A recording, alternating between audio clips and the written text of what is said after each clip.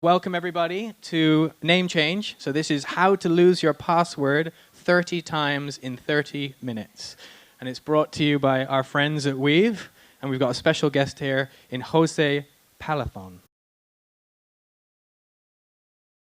I want to start with something that kind of explains a little bit what happens when you're using your mobile phones, your web browsers and stuff, and that's definitely something you all know. You're using data that is not in your computers or your phones. You're using data that is in someone else's servers. For the data to go from those servers to your mobile phones or computers, it has to go through many networks, and if that traffic includes your passwords and your usernames, you're very easily going to lose your password or control of your credentials is when you're using an application or a website that has been designed to get your username and password and send it in a non-encrypted manner.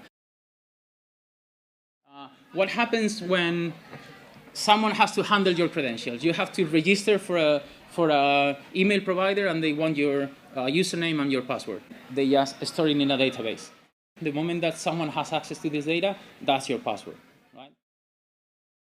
The problem with this is they could be broken in the cryptography way of saying broken. The secrets have been compromised. You have to change the whole thing. They're going to have to give you another way of accessing the system while your token is not working. And that's usually maybe a phone call. What you've done is from a model where they've tried to go for the utmost security with physical tokens and stuff to a phone call, right? And at the end of the day, the chain is only as strong as the weakest link.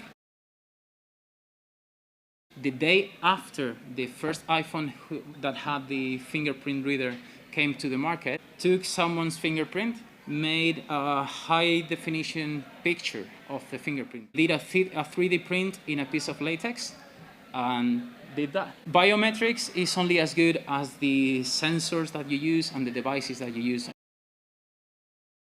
This is something that could be in the cable that goes from your keyboard to your CPU. That basically records what's going on, and every key that you presses, when I go back to your computer, I can just grab it, leave everything as it was, and then connect it to my computer and have a complete dump of everything you've been typing. So there's a software version of this. If